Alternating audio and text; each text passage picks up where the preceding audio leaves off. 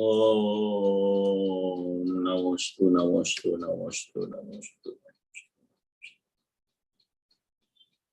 प्रणामोलोये शौत्रिकाड़वर्ती अर्हंताणं। प्रणामोलोये शौत्रिकाड़वर्ती शीताणं। प्रणामोलोये शौत्रिकाड़वर्ती आयर्याणं। प्रणामोलोये शौत्रिकाड़वर्ती उवज्जायाणं। प्रणामोलोये शौत्रिकाड़वर्ती शवशामणम्। ओंकार बिंदु संयुक्तम नित्यं ध्यायन्ति योगिनः। कामदं मोक्षदं चैव ओंकाराय नमो नमः। मंगलम भगवान वीरो मंगलम गौतमो मुनि। मंगलम कुंकुंदार्यो जैनधर्मोस्तु मंगलम। सर्वमंगल मांगल्यम सर्व कल्याण कारकम। प्रधानम सर्वधर्माणं जैनम जयतु शासनम। नमः शमै शाराय स्वानुभूत्या चकाशते। चिस्वभावाय भावाय सर्वभावान्तरच्छिदे। एगो में शासदो ज्ञान दर्शन लखणो। शेषा में बाहिरा भावा सवे संयोग लखणा। मारो सुशाश्वत एक दर्शन ज्ञान लक्षण जीव छे। बाकी बधा संयोग लक्षण भाव मुझती बाह्य छे। હું એક શુદ્ધ સદા અરૂપી જ્ઞાન દર્શન મય કરે. કઈ અન્ય તે મારું જરી પરમાણુ માત્ર નથી અરે. જે જાણતો અરહંતને ગુણ દ્રવ્યને પર્યયપણે. તે જીવ જાણે આત્મને તસુ મોહ પામે લય કરે. નથી અપ્રમત કે પ્રમત નથી જે એક જ્ઞાયક ભાવ છે. એ રીત શુદ્ધ કથાય ને જે જ્ઞાત તે તો તે જ છે. જેમ નેત્ર તેમજ જ્ઞાન નથી કારક નથી વેદ કરે. જાણે જ કર્મોદય નિર્જરા બંધ તેમજ મોક્ષ ને. ગુરુવચલ ને અનુપમ ગતિ પામેલ સર્વેશિત ને. વંદી કહું શ્રુત કેવડી કથિતા સમય પ્રાપ્ત. સ્થાપની જને મોક્ષ પંથે જ્યાં અનુભવ તે અને તેમાં જ નિત્ય વિહાર કર. નહીં વિહાર પર દ્રવ્યો વિશે. ओम श्री नमः शिवाय नमः शिवाय नमः शिवाय। कुंकुलाचार्य देव द्वारा रचा हुआ ये महामंगलमय परमोपकारी समयसार जी परमागम शास्त्र है। वो समयसार परमागम शास्त्र की टीका आचार्य अमृतचंद्र देव ने 1000 साल पहले की है।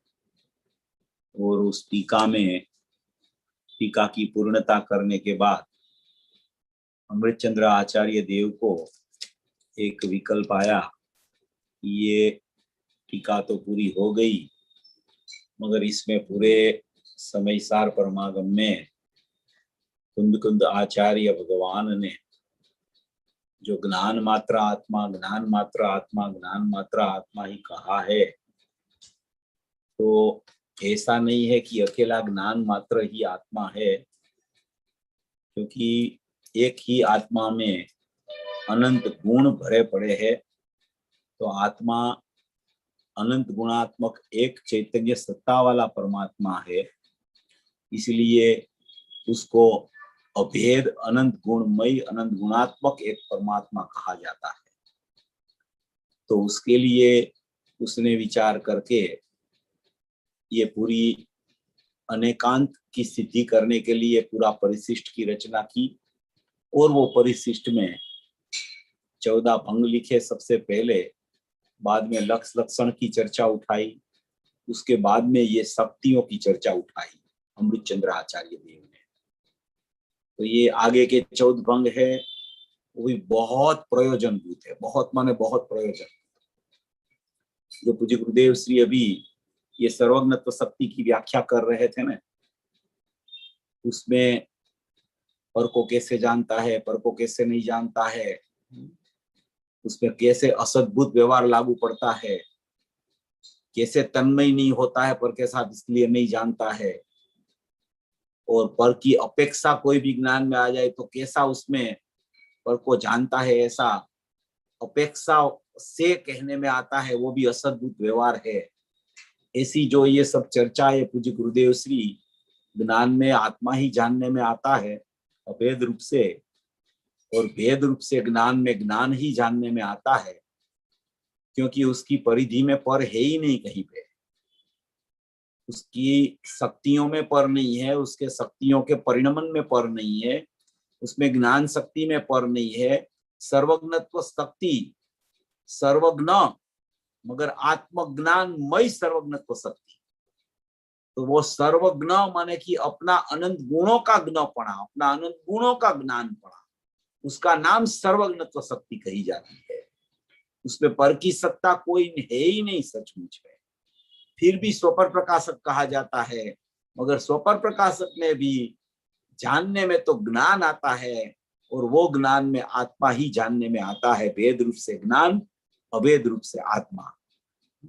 पर को जानना वो असद्भुत व्यवहार कहा गया है। क्यों कहा गया? क्योंकि ज्ञान और ज्ञायक में पर है ही नहीं।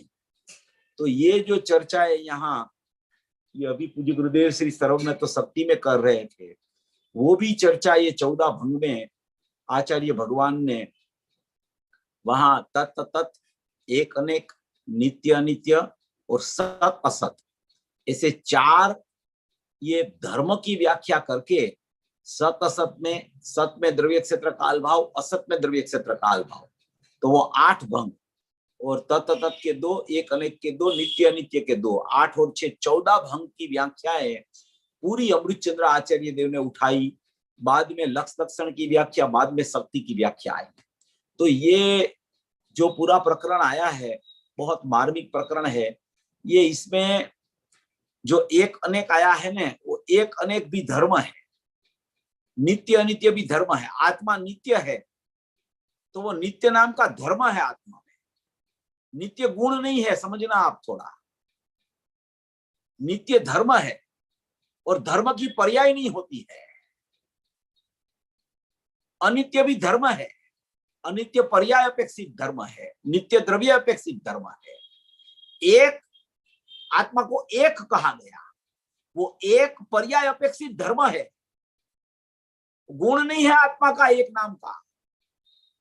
और अनेक भी पर्याय अपेक्षित धर्म है, वो एक अनेक, नित्य अनित्य, तत् तत्, सत असत, ये सब धर्म है।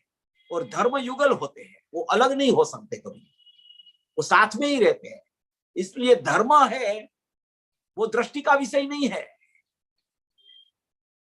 आप एक कहो तो एक के साथ अनेक जुड़ा हुआ रहता है, उसमें भेद नहीं कर सकते आप। एक को अलग करो, अनेक को अलग करो। एक अनेक धर्म का नाम है, नित्य अनित्य धर्म का नाम है, तत् तत् धर्म का नाम है, सत असत धर्म का नाम है। ज्ञान दर्शन का गुण होता है, ऐसा यहाँ शक्तियों में सिद्ध करना है। तो ये शक्तियां यहाँ बताकर अमृत चंद्र आचार्य देव ने तो कोई कमाल कर दी। और एक एक शक्ति का वर्णन करके ऐसे जैन जगत के भव्य जीवों को ऐसा जगा दिया, ऐसा जगा दिया कि तेरे में कितनी शक्तियां पड़ी है, अनंत शक्तियां पड़ी है। अनंत शक्तियों का बादशाह, अनंत शक्तियों का दरबार अंदर में भरा पड़ा है। गुरुदेव कहते हैं अंदर सब अनंत शक्तियों का दरबार है, अंदर दरबार भरा है अंदर अनंत शक्तियों का। ऐसा शक्तियों का पिंड वो ध्रुव चैतन्य परमात्मा है। ये शक्तियों में समझने लायक बात क्या है कि प्रत्येक शक्तियों में शक्तियां भी कही जाती है और शक्तियों का परिणमन भी कहा जाता है। इसलिए पूज्य गुरुदेव श्री ने जो वो 21 बोल निकाले, 21, 22, 23 जो भी ले लो आप, उसमें एक ध्रुव उपादान और एक क्षणिक उपादान रखा। क्यों? कि परिणमन के बिना शक्ति और शक्तिवान कैसा है वो पता नहीं चलता है, और परिणमन के बिना पता नहीं चलता है, और परिणमन शक्ति और शक्तिवान को देख के होता है। शक्ति और शक्तिवान को देख के माने भेद को देख के नहीं, शक्तिवान की अभेद के ऊपर दृष्टि करने से परिणमन सम्यक हो जाता है। भेद का ज्ञान, अभेद की दृष्टि और भेदाभेद का ज्ञान, ऐसा ज्ञान और श्रद्धा का जब सुमेल चलने लगता है, तब वहां दृष्टि का विषय दृष्टि में आके परिणमन हो जाता है, और वो परिणमन में पता चलता है कि शक्तियां ऐसी है। तो ये शक्ति का मूल बेस ये है कि शक्तियों का वर्णन शक्तियों से करना, शक्तियों को शक्तियों से समझना, और शक्तियां शक्तिवान में भरी पड़ी है ऐसा शक्तिवान पर दृष्टि करना, शक्तियां और शक्तिवान का भेद विकल्प को छोड़ देना, और शक्तिवान पर दृष्टि करके शक्तिवान का परिणमन, जो परिणमन में पर्याय में आवे, परिणमन शक्तिवान का होता है, शक्तियों का परिणमन नहीं होता। पूरा द्रव्य पर्याय अपेक्षा से परिणमता है, गुण नहीं परिणमता है, एक एक गुण नहीं परिणमता है, क्योंकि गुण तो अभेद है द्रव्य में। तो पर्याय द्रव्य का ही पर्याय अपेक्षा से परिणमन कहा जाता है, और द्रव्य का ही द्रव्य अपेक्षा से अपरिणमन कहा जाता है। एक द्रव्य है, द्रव्य अपेक्षा से अपरिणामी है, और वही द्रव्य परिणाम अपेक्षा से परिणमनशील है। ये शक्ति का मर्म है, ये मूल बात है शक्ति की।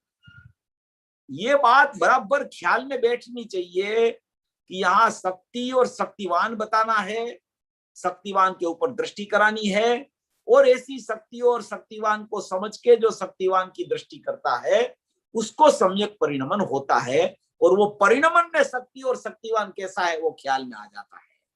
तो ये बेस है शक्तियों का, शक्तियों की व्याख्या, शक्तियों का चित्रीकरण, उसका बेस यहां पड़ा हुआ है। ये समझ होनी चाहिए।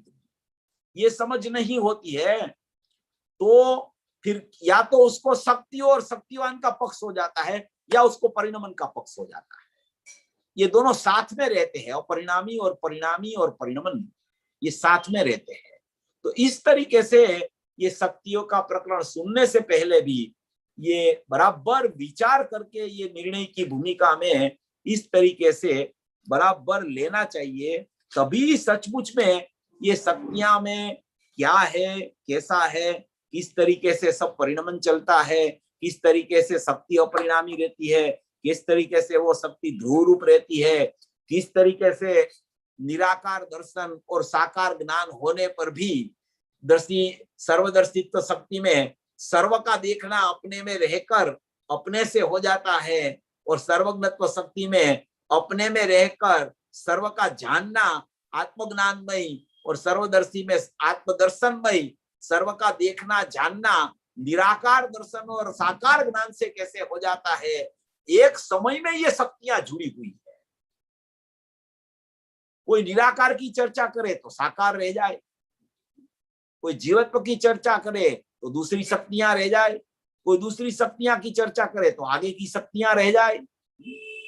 कहने में क्रम है शक्तियां में, शक्तियां अंदर अभेद एक रूप होकर पड़ी है। ये समझाया जाता है क्रम क्रम क्रम क्रम क्रम क्रम करके। कोई पहले भाव शक्ति समझ ले तो उस पर क्रम टूटता नहीं है कि नहीं नहीं जीवत्व शक्ति से चालू करो, ऐसे नहीं होता है। कोई भी शक्ति से शक्तिवान की तरफ जा सकता है जीव। अभी ये अपनी परिणाम शक्ति चलती है, अमूर्तत्व शक्ति चलती है, अकर्तृत्व शक्ति, अभोक्तृत्व शक्ति, फिर निष्क्रियत्व शक्ति, फिर नियत प्रदेशत्व शक्ति, स्वधर्म व्यापकत्व शक्ति, साधारण असाधारण, साधारण असाधारण धर्मात्मक शक्ति। ये जितनी शक्तियां अंदर में पड़ी है वो सभी शक्तियों में कोई भी शक्ति को ऊर्ध्व करके शक्तिवान तरफ जीव चला जा सकता है। इसलिए क्रम से समझाई जाती है शक्ति। अमृतचंद्र आचार्य ने क्रम से लिखी है, मगर उसका मतलब ये नहीं है कि वही पहले शक्ति समझेंगे तो अपना परिणमन सम्यक होगा। मगर क्रम भी उसने लिखा है, क्योंकि जीवत्व में 4 प्राण आते हैं, फिर चीटी में उसका लक्षण कहा जाता है जड़त्व रूप, फिर उसमें दृष्टि और ज्ञान का भेद करके तीसरी और चौथी निकाली, फिर उसमें सुख आ गया, फिर उसका वीर्य में पुरुषार्थ स्वरूप रचित का हो गया। तो वो एक क्रम भी उसने बनाया, मगर वो क्रम में कोई भी क्रम से भी जीव शक्ति और शक्तिवान का भेद परिणमन कर सकता है। इसलिए ये सब समझने की बात है, ये सब अपने ज्ञान में बराबर होना चाहिए। नहीं तो क्या होता है कि शक्तियां समझ के भी पक्ष हो जाता है कि ये शक्ति रह गई, ये शक्ति चली गई, ये शक्ति अपन ने नहीं समझी। अरे भाई, तू एक शक्ति भी यथार्थ रूप से समझ लेगा ना, तो एक शक्तियों में अनंत शक्तियों का रूप पड़ा है। एक शक्ति समझने से अनंत शक्तियों का रूप एक शक्ति में होने से तुझे पूरा द्रव्य ख्याल में आ सकता है, अनंत शक्ति संपन्न भगवान आत्मा ख्याल में आ सकता है। तो ये यहाँ जो एक एक चर्चा अपन कर रहे हैं, उसमें भी अनंत शक्तियों का रूप भी अंदर में आ जाता है, और अलग अलग शक्तियां अपन समझ के शक्तिवान का महिमा करे तो शक्तिवान के ऊपर दृष्टि जाती है, और वो दृष्टि जाने पर ज्ञान में जानना हो के दृष्टि द्रव्य पर पड़ती है तो सम्यक प्रकार से परिणमन हो जाता है। ऐसी चर्चा ये शक्तियों में भरी पड़ी है। ये अपन कल चर्चा कर रहे थे, ये परिणाम शक्ति, ये अमूर्तत्व शक्ति और निष्क्रियत्व शक्ति। अमूर्तत्व शक्ति और निष्क्रियत्व शक्ति में फर्क क्या है कि अमूर्तत्व शक्ति जो बताई अमृतचंद्र आचार्य देव ने, उसमें कर्म बंध का अभाव से व्यक्त करने में आने वाला सहज स्पर्शादि शून्य, तो कर्म बंध का अभाव जहां हो गया है, कर्म बंध का अभाव हो गया है, वहां पुद्गल का जो स्पर्शादि शून्य है, ऐसा आत्म प्रदेश, उसमें अमूर्तत्व शक्ति पड़ी है। तो उसमें कहना क्या चाहते हैं आचार्य भगवान अमूर्तत्व शक्ति में, कि अमूर्तत्व शक्ति है, उसमें पूज्य गुरुदेव श्री ने तो बहुत सा विषय अमूर्तत्व शक्ति में भी लिया है, क्योंकि गुरुदेव का तो स्पष्टीकरण का एक ऐसा काल होता है कि स्पष्टीकरण जो गुरुदेव कर सकते हैं वो तो सचमुच में कोई कर ही नहीं सकता। मगर ये अमूर्तत्व शक्ति में समझना क्या है सचमुच में, कि यहाँ गुणस्थान की परिपाटी का क्रम बताया है कि चतुर्थ गुणस्थान में जितना कर्मबंध का अभाव हुआ, इतना अमूर्तत्व शक्ति का परिणमन सम्यक रूपता से चलने लगा। तो उस समय में ये जो स्पर्शादि गुण थे, वो स्पर्श रस गंध वर्ण से रहित ऐसी एक आत्म प्रदेशों में और अमूर्तत्व शक्ति थी, उसका परिणमन हो गया। तो वो परिणमन हुआ, वो कर्म के बंध के अभाव से हुआ, तो कर्म के बंध के अभाव से परिणमन की शुरुआत चतुर्थ गुण स्थान से होती है। तो यहाँ चतुर्थ गुण स्थान की सीमा बताकर, चतुर्थ गुण स्थान की शुरुआत बताकर, माने कि दूसरे गुण स्थानों की सीमा बताकर, चतुर्थ गुण स्थान की शुरुआत बताकर यहाँ ये वर्णन इस अपेक्षा से लिया गया है। उसमें बहुत सी चर्चाएं पूज्य गुरुदेव श्री ने करते करते ऐसा इसमें फरमाया कि ये जो माने कि ये अमूर्तत्व शक्ति है, उसमें चतुर्थ गुण स्थान में जितनी जितनी शक्तियां है, जितना जितना गुण है, उसका भी आंशिक सम्यक रूप से परिणमन हो जाता है, क्योंकि कर्मबंध का अभाव चतुर्थ गुण स्थान में दृष्टि अपेक्षा से कर्मबंध का अभाव हो जाता है। अस्थिरता अपेक्षा से जितना कर्मबंध ज्ञानी को भी चलता है, वो यहाँ ये शक्तियों का परिणमन में और शुद्ध परिणमन में गौण रूप से कहा गया है। इसलिए उसको यहाँ ऊर्ध्व न करके, शक्ति का सम्यक परिणमन की ऊर्ध्वता करके कर्मबंध का अभाव से ऐसा यहाँ शब्द जो आया है, व्यक्त करने में आई, कर्मबंध का अभाव से व्यक्त करने में आई। अभी अमूर्तत्व शक्ति आत्म प्रदेश में है, उसमें तो कोई कर्मबंध है ही नहीं, वहां तो कर्म क्या राग भी नहीं है, तो बंध का तो प्रश्न ही नहीं खड़ा होता। वहां तो सम्यक पर्याय भी नहीं है शक्तियों में, तो सम्यक वहां भी कोई परिणमन का प्रश्न ही खड़ा नहीं होता। वो शक्ति तो ध्रुव रूप है और परिणामी तत्व है, पारिणामिक भाव पर पड़ी है। वो तो परम पारिणामिक भाव लक्षण जो त्रिकाली द्रव्य का है, उसमें पारिणामिक भाव रूप लक्षण रूप शक्तियां पड़ी है। इसलिए वहां तो कर्मबंध का अभाव की कोई चर्चा होती नहीं, क्योंकि कर्म ही नहीं होते, राग भी नहीं होता, परिणमन ही नहीं है, शक्तियां तो ध्रुव रहती है। मगर उसमें जो एक क्षणिक उपादान है, उसमें परिणमन चल रहा है। तो क्षणिक उपादान का परिणमन जो चल रहा है, वो परिणमन में कर्मबंध का अभाव है। वो कर्मबंध का क्या अभाव है, तो कि चतुर्थ गुण स्थान में जीव परिणमन रूप परिणमता है, तो वहां उसका चतुर्थ गुण स्थान का परिणमन में एक द्रव्य सन्मुख परिणमन रहता है, और जो दूसरा परिणमन है वो तो बहिर्मुख रहता है। वो तो अभी अकर्तृत्व शक्ति में आएगा इसके बाद की 21 नंबर में। तो ये जो अमूर्तत्व शक्ति कर्म बंध का अभाव रूप व्यक्त करने में आई वो बताई, ये चतुर्थ गुण स्थान वाली शुरुआत की बात है। तो यहाँ एक मर्यादित बात करके अमूर्तत्व शक्ति में ये गुणस्थान की परिपाटी में चतुर्थ गुण स्थान की सीमा बता के बताया। अभी निष्क्रियत्व शक्ति जो आती है वहां भी शुरुआत तो 23 में निष्क्रियत्व शक्ति, वहां भी शुरुआत तो चौथे गुण स्थान से ही होती है, वहां भी शुरुआत तो चतुर्थ गुण स्थान से ही होती है। मगर चतुर्थ गुण स्थान में वहां जो क्रम आया है, वहां जो बताना चाहते हैं, वहां एक बहुत अच्छी बात यहाँ बताई है 23वीं शक्ति में। ये अपन ये अमूर्तत्व और ये निष्क्रियत्व साथ में क्यों रहे, उसमें उसकी साथ में लेने की भी कोई वजह है, क्योंकि ये एक रूप शक्ति है।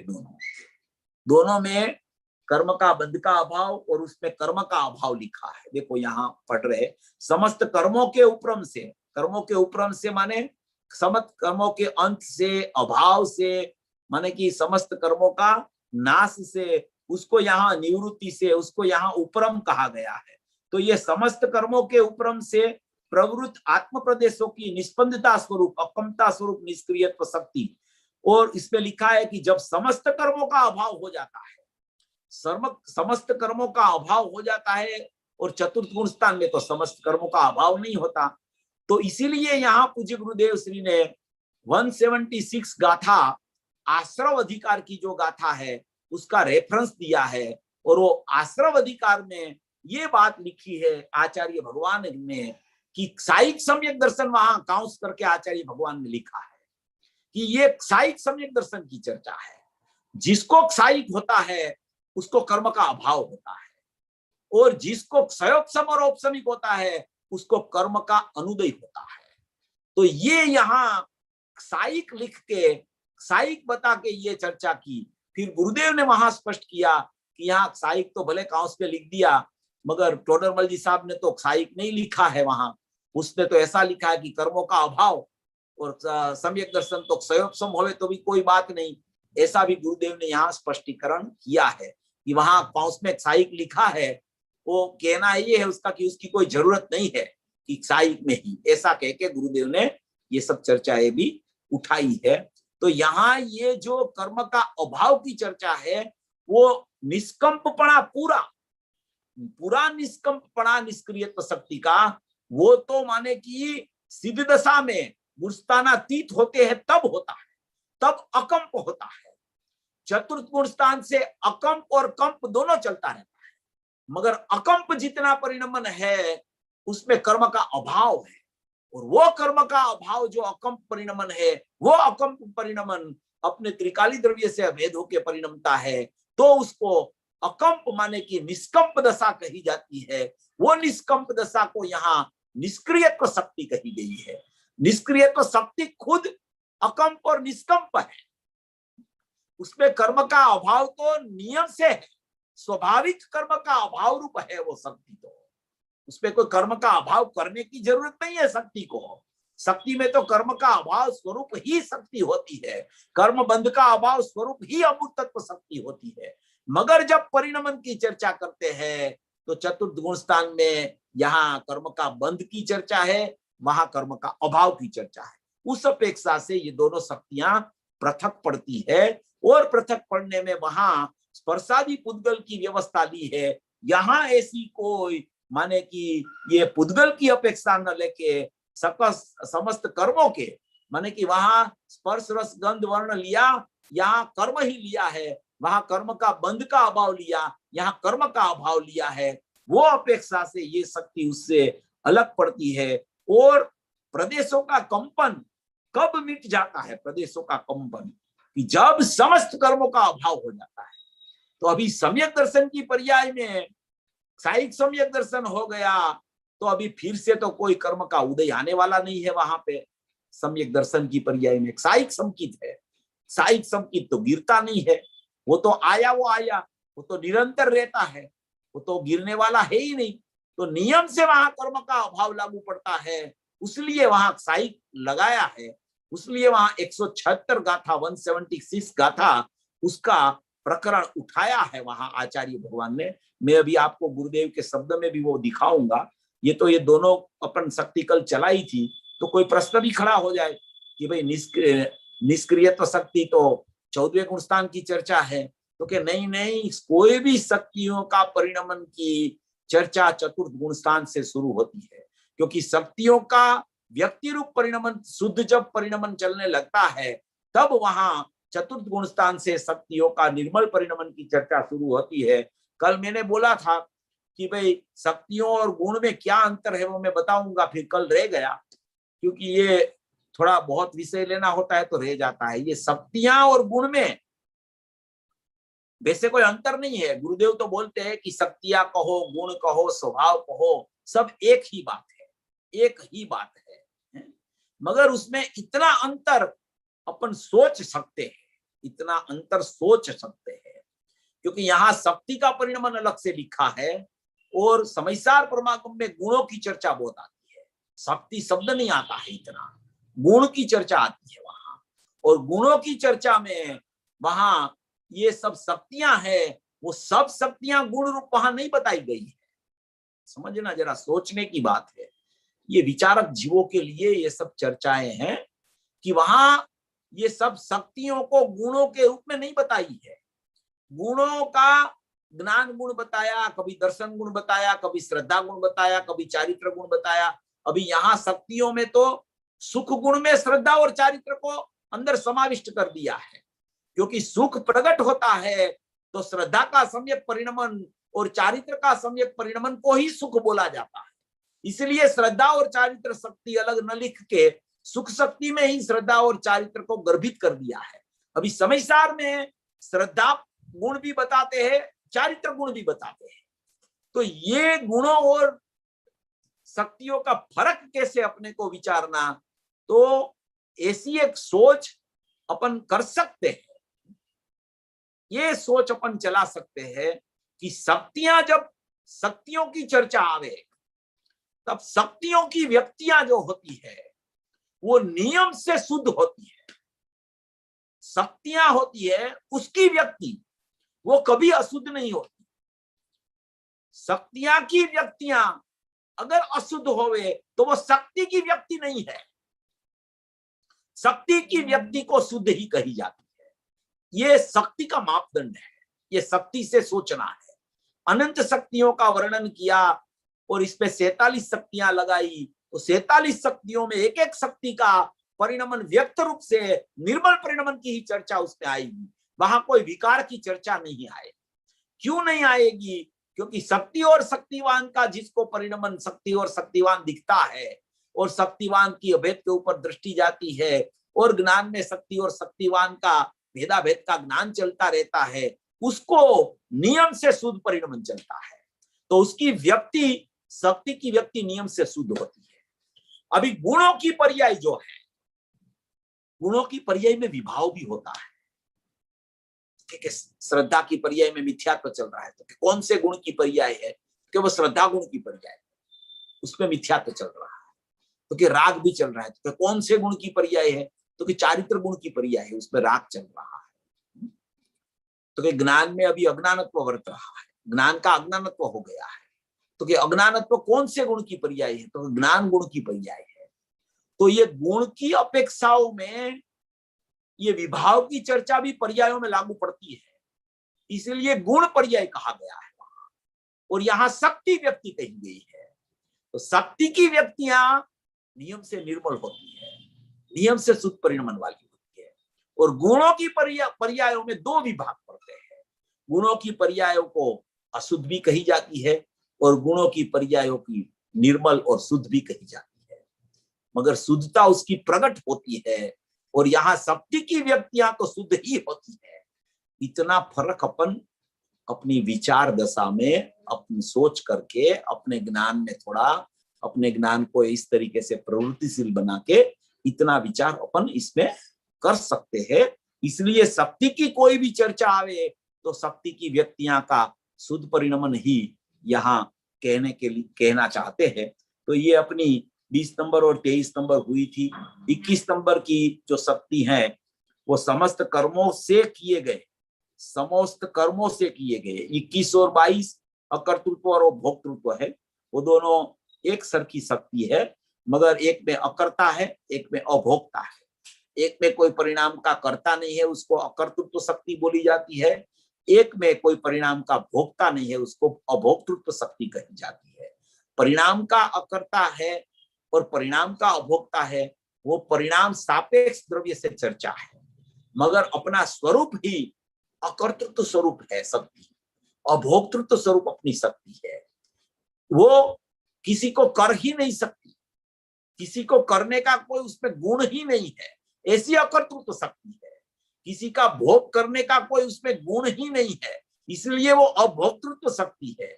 ऐसी शक्तियां अकर्तृत्व और अभोक्तृत्व शक्ति एक साथ में रहती है। जैसे अपनी अमूर्तत्व और निष्क्रियत्व एक साथ में रहती है, ऐसे अकर्तृत्व और अभोक्तृत्व एक साथ में रहती है।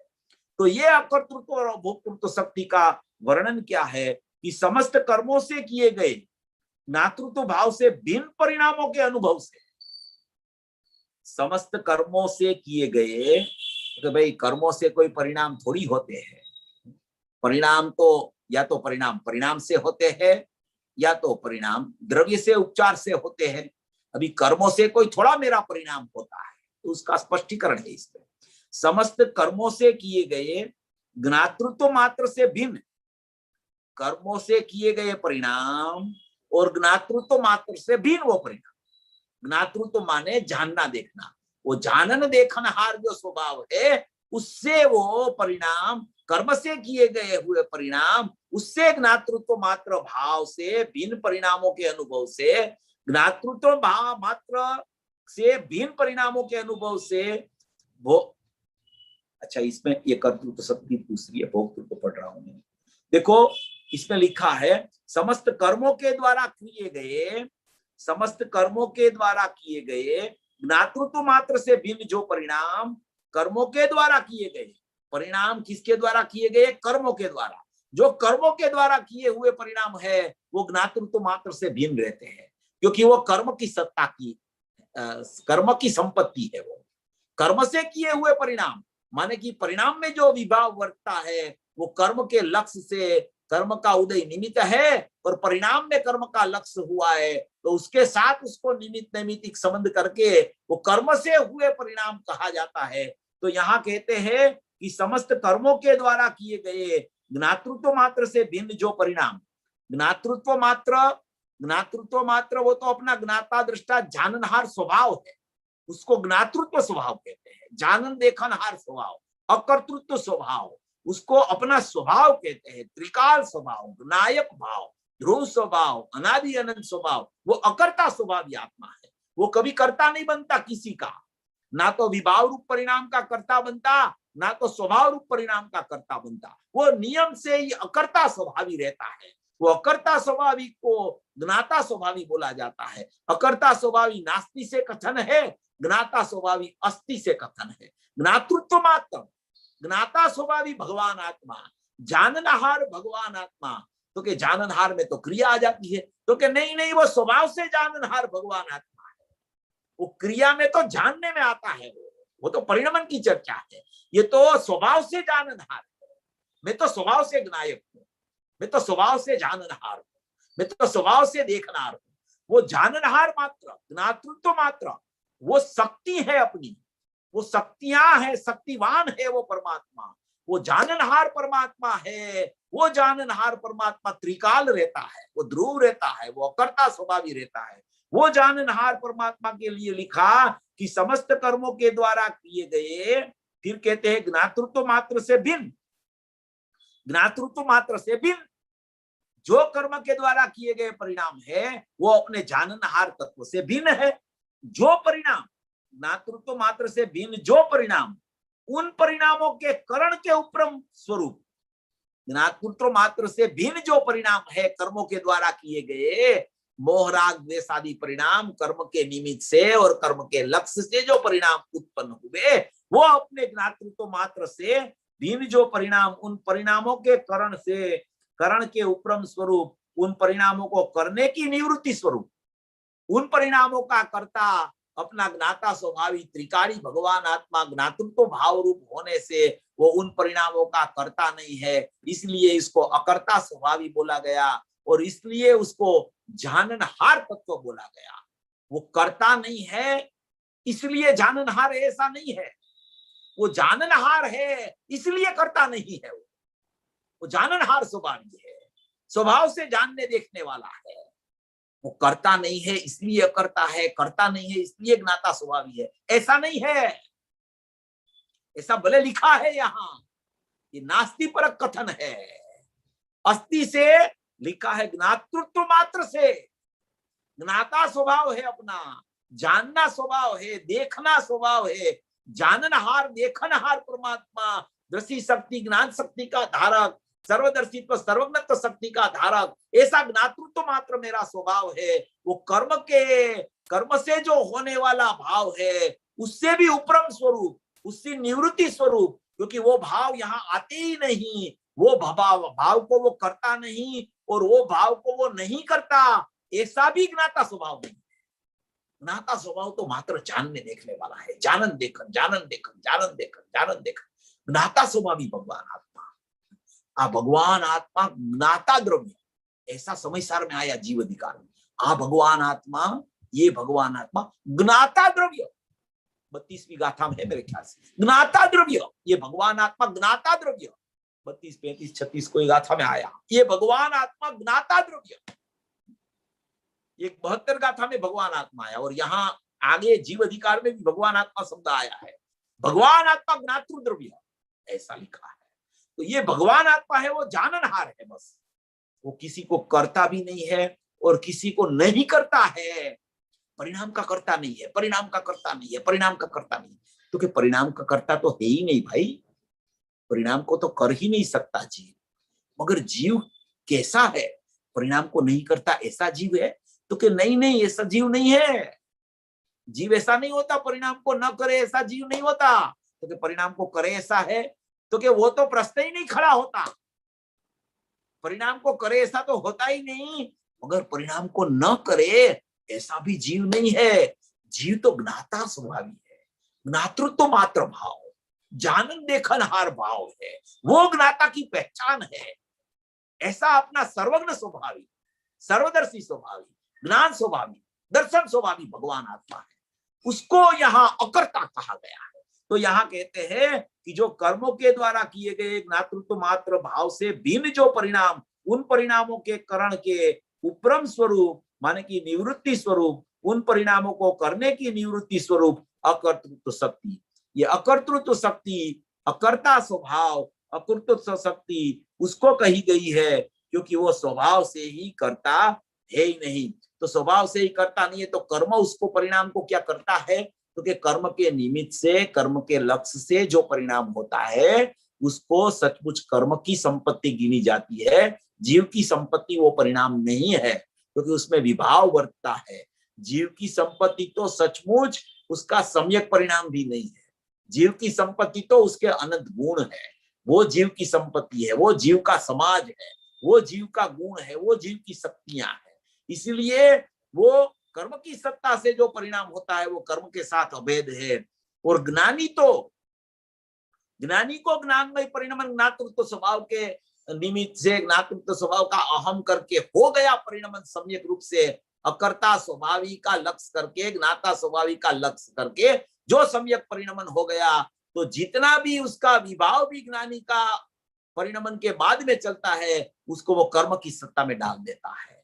वो 75, 76, 77 गाथा में आया है कि वो सब परिणाम पुद्गल के हैं।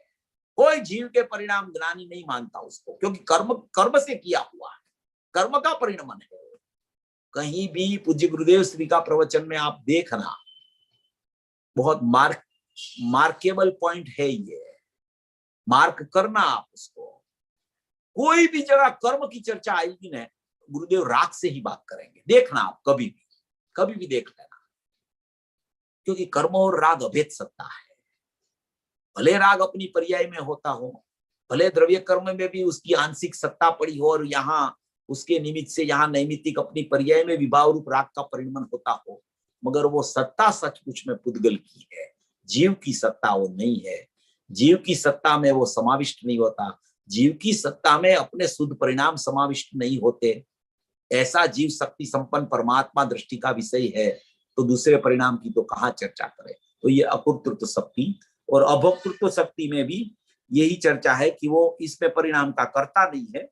और वहां लिखा है समस्त कर्मों से किए गए ज्ञातृत्व मात्र से भिन्न परिणामों के अनुभव के भोक्तृत्व के उपक्रम स्वरूप अभोक्तृत्व शक्ति, वो कोई परिणाम का कर्ता नहीं है। और यहाँ कहते हैं कि कोई परिणाम को वो भोगता नहीं है, वो किसी का भोग नहीं करता है, किसी का भोग नहीं करता, राग का तो करता ही नहीं क्योंकि वो कर्म की सत्ता का परिणमन है, कर्म उसका भोगता है। और अपना परिणाम जो विभाव रूप है उसका भोगता भी कर्म की सत्ता से निमित्त से हुआ, इसलिए उसका ही परिणमन है। और अपना परिणाम में जो शुद्ध परिणमन हुआ उसको भी उपचार से भोक्ता कहा जाता है। सचमुच में तो व्यापकता उसकी गुणों के साथ में रहती है, इसलिए गुणों का भोक्ता माने कि गुण तो अभेद रहते हैं, उसमें तो भोक्ता कोई प्रश्न ही नहीं है। मगर परिणाम शुद्ध का भोक्ता कहना वो भी एक अपेक्षा से उपचार है, एक अपेक्षा से राग का भोक्ता नहीं है, इसलिए वितराग परिणाम का भोक्ता भी कहा जाता है व्यापक रूप से। ऐसी भी चर्चा आती है शास्त्रों में। तो ये माने कि अभोक्तृत्व शक्ति हो गई। अभी ये जो शक्तियां जो अपनी एक 24 नंबर की शक्ति है, ये निष्क्रिय शक्ति भी अपने ले ली। 24 नंबर की शक्तियों में बहुत अच्छी चर्चा प्रदेश की आई है, नियत प्रदेश तत्व शक्ति कही जाती है इसको। ये शक्ति थोड़ी लेके अपन वो पूरा अपना एक विषय बाकी है वो ले लेंगे, बाद में आगे भी शक्तियां अपन को ये शिविर जैसा होगा उसमें चलाएंगे। पूज्य गुरुदेव श्री की जन्म जयंती आएंगी तब देख लेंगे, अभी आएगी थोड़े टाइम में, 1-1.5 महीने में, उस टाइम पे भी देख लेंगे शक्ति का करना हो तो। इसके बाद में आगे चलाएंगे शक्ति का प्रकरण, एक बार पूरी कर लेंगे सब शक्तियां। तो देखो ये जो 24 की शक्ति है ना, इसका अपन ने बहुत चर्चा पहले ले ली है। प्रदेशों के संकोच विस्तार की चर्चाएं बहुत ले ली है, फिर भी एक पूज्य गुरुदेव श्री का बिंदु भी 2-3 मैं आपको बता देता हूं, इसलिए आपको पता चलेगा कि इसमें ये प्रदेश की व्यवस्था क्या है, नियत प्रदेशत्व किसे बोलते हैं, प्रदेशों की संख्या में कमी बेसी नहीं होती है, प्रदेश सब असंख्य ही होते हैं। एक प्रदेशी कहा जाए तो भी असंख्य प्रदेशी नहीं होते, ऐसा नहीं है कि ये असंख्य प्रदेशी उपचार है और एक प्रदेशी निश्चय है, ऐसा नहीं है। असंख्य प्रदेशी भी निश्चय है, एक प्रदेशी भी निश्चय है। ये सब चर्चा पूज्य गुरुदेव श्री के प्रवचनों में बहुत आई है, आप सबको पता ही होगा वो तो। देखो यहाँ 24 नंबर की शक्ति है जो अनादि संसार से लेकर कहा गया है। पहले तो ये अनादि संसार से लेकर संकोच विस्तार से लक्षित है। संकोच विस्तार एक असंकुचित विकासत्व शक्ति आई 13 नंबर की, वो अलग। और ये संकोच विस्तार से लक्षित ये नियत प्रदेशत्व शक्ति वो अलग। यहाँ संकोच और विस्तार दोनों बताना है, वहां संकोच के बिना विकास होती है वो बताना था, यहाँ संकोच विस्तार बताना है। आचार्य भगवान ने इतना स्पष्ट कर दिया है कि कोई तर्क उसका चले ही नहीं, उसका कोई तर्क नहीं चले उसको। वो कुछ अलग से सिद्ध करने जाए ना तो उसके बाद में ऐसी शक्ति आ जाए कि जो उसने सिद्ध किया है ना वो गलत हो जाए। तर्कबाज का काम नहीं है इसमें। श्रीमद जी ने तो कहा है, श्रीमद जी ने कि तर्कबाज के माने कि साथ में उसके पड़खे मत चढ़ना, नहीं तो वो तर्क से तेरी मान्यता है ना सम्यक भी थोड़ी हुई है, निर्मलता थोड़ी हुई है, दिखती है, उसको भी उड़ा देगा वो।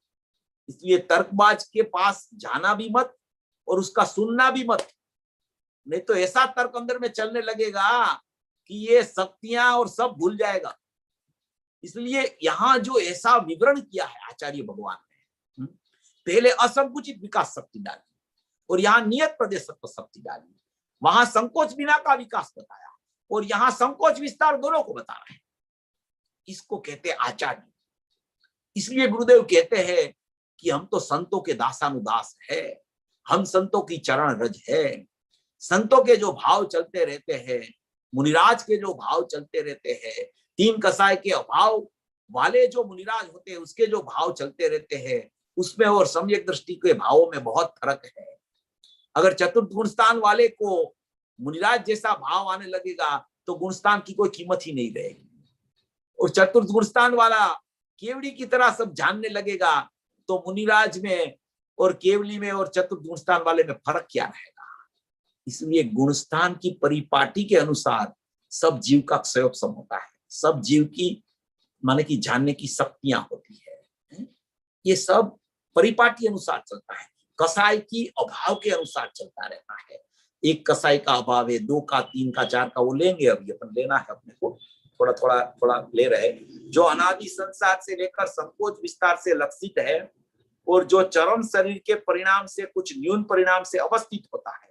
चरम शरीर माने आखिरी शरीर जो होता है उसको चरम शरीरी बोला जाता है, तीर्थंकर भगवान को, या केवली भगवान जो चरम शरीरी होते हैं कि तीर्थंकर भगवान, उसका आखिरी शरीर होता है तो उसको चरम शरीर, तो चरम शरीर के परिणाम से कुछ न्यून माने कि उससे थोड़ा कम ऐसा अपना जो परिणाम से अवस्थित संकोच विस्तार वाली जो शक्ति है, ऐसे लोकाकाश के माप जितना माप वाला आत्म अवयवत्व जिसका लक्षण है ऐसी नियत प्रदेशत्व शक्ति। आत्मा के लोक परिमाण असंख्य प्रदेश नियत ही है, आत्मा के लोक परिमाण असंख्य प्रदेश नियत है।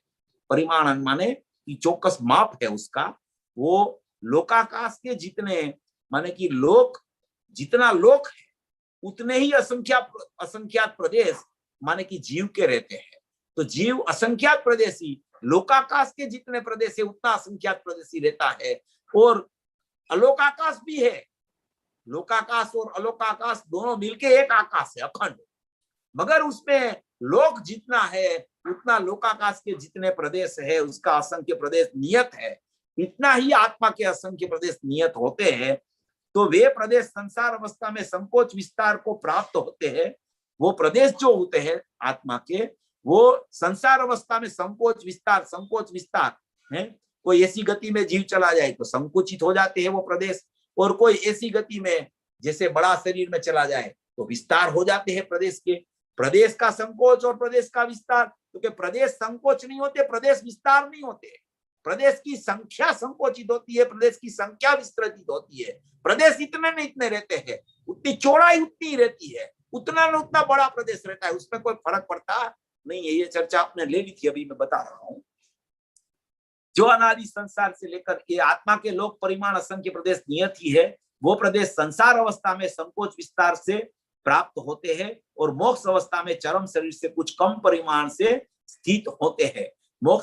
मोक्ष अवस्था होती है तो इससे कुछ न्यून, उससे कुछ कम प्रदेश में वो अपना मोक्ष स्वरूपी जीव वहां रहता है, क्योंकि वो शरीर वहां नहीं होता है, वहां ज्ञान शरीर बन जाता है, पुद्गल शरीर चला जाता है।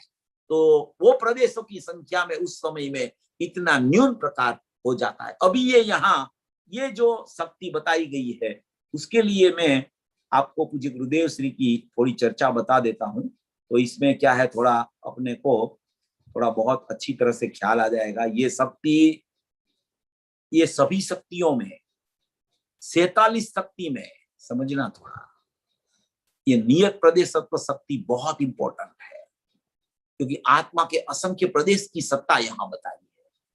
आत्मा के असंख्य प्रदेश किस तरीके से काम करते हैं वो ख्याल में आता है जिसको, तो उसको आत्मा दिखने लगता है। वहां से ज्ञान दर्शन शक्ति तो है, सर्वज्ञता सर्वदर्शी शक्ति तो है, अनंत शक्तियों में कोई अच्छी और कोई बुरी नहीं होती, मगर जहां से प्रयोजन की सीधी जल्दी हो जाए तो ये नियत प्रदेशत्व शक्ति है कि आत्मा के प्रदेश कैसे है और नियत रहते हैं वो क्या है, वो ये शक्ति बहुत अच्छी तरह से ये बता रही है।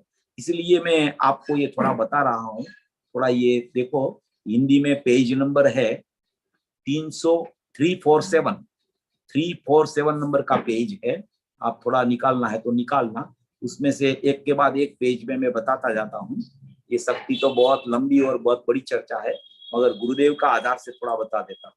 यहाँ यह कहते हैं कि जो अनादि, दूसरा पैराग्राफ है, जो अनादि संसार से लेकर संकोच विस्तार से असंकुचित विकासत्व शक्ति गई वह दूसरी चीज है, यह दूसरी चीज है। असंकोचित विकासत्व शक्ति में तो यह शक्ति ऐसी है कि जिसपे संकोचता का अभाव है और विस्तारता का सद्भाव अपरिमित है।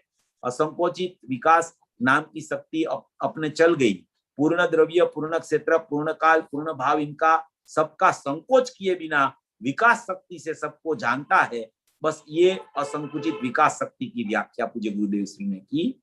अभी ये अपन ये देखो 351 नंबर का पेज है, 351 नंबर, 351, उसके बाद में भी 2-3 पेज निकालना है। 351 में ये पहला पैराग्राफ है 2 लाइन के बाद में, यहाँ कहते हैं कि अनादि संसार से लेकर संकोच विस्तार किसका, प्रदेश का, निगोद में प्रदेश संकोचित हो जाते हैं, प्रदेश कम नहीं होते, प्रदेश संकोच हो जाता है, कम नहीं होते, प्रदेश संकोच होता है, प्रदेश का असंख्य ही रहते हैं, प्रदेश कम नहीं होते, संकुचित होते हैं, और 1000 योजन का मच हो तो विस्तार होता है। प्रदेश तो उतना ही है, प्रदेश का संकोच है इसलिए घट जाए और विस्तार हो बढ़ जाए ऐसा नहीं है, ऐसे संकोच विस्तार से लक्षित, ये एक बात हुई। बाद में उसके नीचे है थोड़ा 2 लाइन नीचे की, प्रदेश जितने चौड़े हैं वे संकोच नहीं होते, परंतु असंख्य प्रदेश ऐसे चौड़े हैं वे ऐसे संकुचित होते हैं।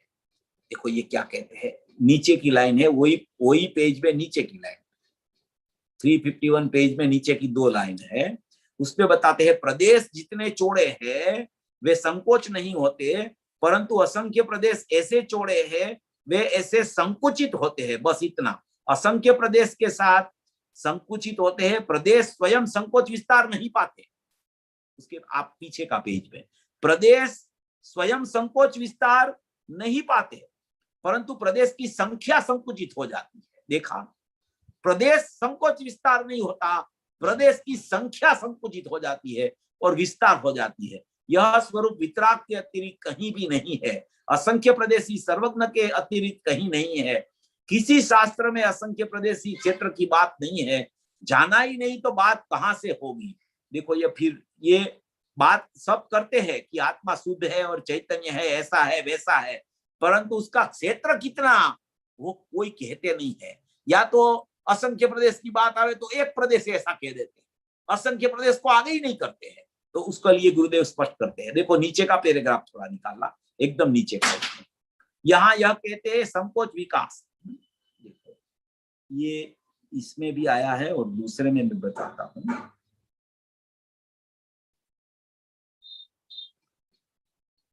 इसके बाद ले लो थोड़ा,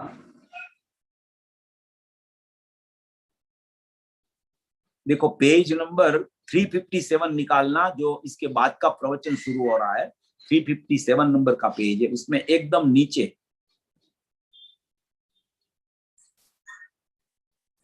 देखो ये बहुत महत्वपूर्ण इसमें चर्चा है। थोड़ा ये प्रदेश का संकोच विकास का संकोच विस्तार कैसे होता है उसकी पूरी चर्चा इसमें आई है, थोड़ा ध्यान से सुनना फिर विचार करना, क्योंकि टाइम तो इतना स्पष्टीकरण का नहीं है। अब यह 24 की शक्ति फिर से लेते हैं। रामजी भाई ने यह कहा कि फिर से लेना, देखो रामजी बापूजी ने कहा कि ये 24वीं शक्ति फिर से ले लो, क्योंकि ये बहुत इंपॉर्टेंट शक्ति है, इसलिए 23 तो चली, 24वीं शक्ति तो नित्य ध्रुव, परंतु कैसी है, तो नित्य ध्रुव शक्ति, शक्तियां तो सब नित्य ध्रुव रहती है, परंतु है कैसी, तो कहते कि अनादि संसार से लेकर निगोद से लेकर, अनादि संसार निगोद से लेकर संकोच विस्तार से लक्षित असंख्य प्रदेश है। संकोच विस्तार से लक्षित असंख्य प्रदेश रहते हैं, वे संकोच होते हैं और विस्तार होते हैं, संकोच होते हैं और विस्तार होते हैं। फिर कहते हैं संख्या इतनी की इतनी रहती है, क्या कहते हैं, संख्या में कोई कमी बेसी नहीं होती, इतनी इतनी संख्या प्रदेशों की रहती है, और एक एक प्रदेश संकोच विस्तार पाता है। एक एक प्रदेश, आत्मा के असंख्य प्रदेश, एक एक प्रदेश संकोच भी होता है, एक एक प्रदेश विस्तार भी होता है। संकोच विस्तार, संकोच विस्तार, संकोच विस्तार, संकोच विस्तार, ये प्रदेश है। यहाँ एक एक प्रदेश में संकोच विस्तार होता है, संकोच विस्तार होता है। देखना संकोच विस्तार, एक एक प्रदेश में संकोच विस्तार पाता है। एक एक प्रदेश संख्या इतनी की इतनी रहती है और एक एक प्रदेश में संकोच विस्तार पाता है, ऐसा नहीं है। संकोच विस्तार एक एक प्रदेश का नहीं होता, पूरे प्रदेशों का होता है।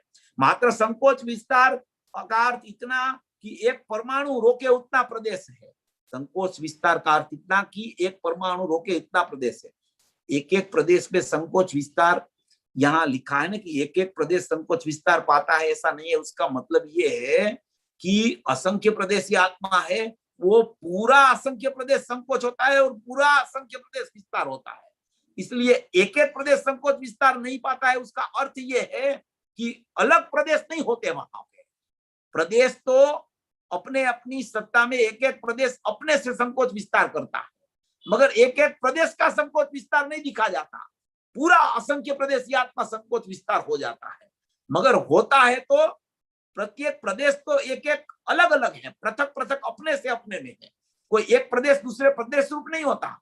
इसलिए यहाँ ये कहना चाहते हैं कि पूरे प्रदेशों का संकोच विस्तार होता है। देखना, एक एक प्रदेश संकोच विस्तार पाता है ऐसा नहीं है, मात्र संकोच विस्तार का अर्थ इतना कि एक परमाणु रोके उतना प्रदेश है। देखो अभी आया, एक परमाणु रोके जितनी जगह उतना ये प्रदेश जगह रोकता है। फिर कहते हैं उसमें दूसरा प्रदेश आ जाता है। देखो ये प्रदेशों का संकोच विस्तार है। प्रदेशों का संकोच विस्तार क्या है? एक प्रदेश जितनी जगह रोकता है, एक प्रदेश जितनी जगह रोकता है। अपन ने कहा था ना, वो फ्लाइट की लाइन लगती है, फिर ये लाइन इतनी बड़ी हो और बहुत से लोग आने लगे तो ये लाइन आहिस्ता आहिस्ता आहिस्ता आहिस्ता संकुचित होती जाती है। तो इतने में लोग खड़े हो, ज्यादा लोग थोड़ी थोड़ी जगह में खड़े रह जाते हैं। पहले ज्यादा जगह में थोड़े लोग थे, अभी थोड़ी जगह में ज्यादा लोग आते। तो वो क्या हुआ वहां कि प्रदेशों का संकोच होने लगा। पहले प्रदेशों का विस्तार था, अभी प्रदेशों का संकोच होने लगा। अभी एक आदमी, दूसरा आदमी, तीसरा आदमी, उसको एक एक प्रदेश गिन लो, तो वो एक एक आदमी है, उसके जो प्रदेश है वो तो उतने न उतने रहते हैं। मगर एक आदमी और दूसरे आदमी के बीच में जो प्रदेश, एक प्रदेश दूसरा प्रदेश है, वो एक प्रदेश दूसरा प्रदेश ऐसे संकोच होता है। तो संकोच होता है तो ये यहाँ क्या लिखा है कि एक प्रदेश में जितना एक परमाणु उतना प्रदेश है, उसमें दूसरा प्रदेश आ जाता है। दूसरा प्रदेश आ जाता है माने उसकी संख्या, माने कि एक ऐसे संकोच वाली हो जाती है। उसको कहा जाता है कि एक प्रदेश पे दूसरा प्रदेश आ जाता है। एक प्रदेश पे दूसरा प्रदेश नहीं आता, मगर वो प्रदेशों का संकोच हो गया। तो एक प्रदेश यहां था, वो प्रदेश तो इतना नहीं, इतना ही रहा, मगर जो उसकी संख्या में जो विस्तार था तो वो संख्या संकुचित हो गई। उसको यहाँ संकोच विस्तार प्रदेश का कहा जाता है। ये बात ऐसी है कि ऐसे अपन दृष्टांत एक देश होते हैं, अपन दृष्टांत से उसको बिठाते हैं, मगर अपने ज्ञान में चित्रीकरण एकदम चोखा बनता है ना, ख्याल में आता है ना, जब ज्ञान वेदन करता है, जब ज्ञान में वेदन से प्रदेश ख्याल में आते हैं, जब ज्ञान में स्वसंवेदन होता है, तब सचमुच में ये प्रदेश भिन्नता भी सचमुच तो केवल गम्य है। श्रुत ज्ञान में भी इतनी प्रदेश भिन्नता ख्याल नहीं आती है। श्रुत ज्ञान एक एक प्रदेश को पृथक नहीं देख सकता है, असंख्य प्रदेशी आत्मा को अभेद को देख सकता है, मगर उसमें एक एक प्रदेश को अलग करके देखना वो केवली का काम है। तो केवल ज्ञान में है, छद्मस्त के ज्ञान में वो पकड़ में नहीं आता। फिर भी ये पूज्य गुरुदेव श्री, ये तो तीर्थंकर का द्रव्य, ये तो विभूति है कोई जैन दर्शन की। उसने अपने को अपने श्रुत ज्ञान, भाव श्रुत ज्ञान से केवल ज्ञान का नमूना परोस दिया कि तुझे केवल ज्ञान होगा न, तब ये श्रुत ज्ञान में ऐसा ही ख्याल आएगा जैसा केवल ज्ञान में होने वाला है। ऐसा भाव श्रुत ज्ञान में अपना श्रुत ज्ञान प्रकट करने के लिए पूज्य गुरुदेव श्री ने ये इतनी चर्चा, ये प्रदेशों की संख्या की चर्चा, नियत प्रदेशत्व शक्ति की चर्चा, ये कर ही नहीं सकता कोई ऐसी चर्चा। ये तो अंदर देखने वाला हो न, उसको ये चर्चा ख्याल में आती है। इसलिए एक बार पूज्य गुरुदेव श्री ने राजकोट में रात्रि चर्चा में बोला था, राजकोट में रात्रि चर्चा में पूज्य गुरुदेव श्री ने बोला था कि आज तो हमें केवल ज्ञान का दर्शन हुआ। क्या बोला? केवल ज्ञान का दर्शन हुआ।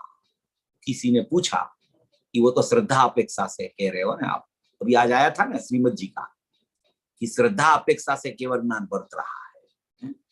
ऐसा प्रश्न किया श्रोता ने, वो तो श्रद्धा अपेक्षा से। कि श्रद्धा में संकित हुआ तो पता तो चलता है ना केवल ज्ञान होने वाला है, उसको श्रद्धा अपेक्षा बोली जाती है। कि श्रद्धा अपेक्षा से भी केवल ज्ञान हो गया, मालूम हो गया कि केवल होने वाला हूं मैं, अभी तो सम्यक हुआ तो गुरुदेव ने बोला नहीं नहीं, मैं ज्ञान अपेक्षा से कहता हूं। उसका अर्थ क्या?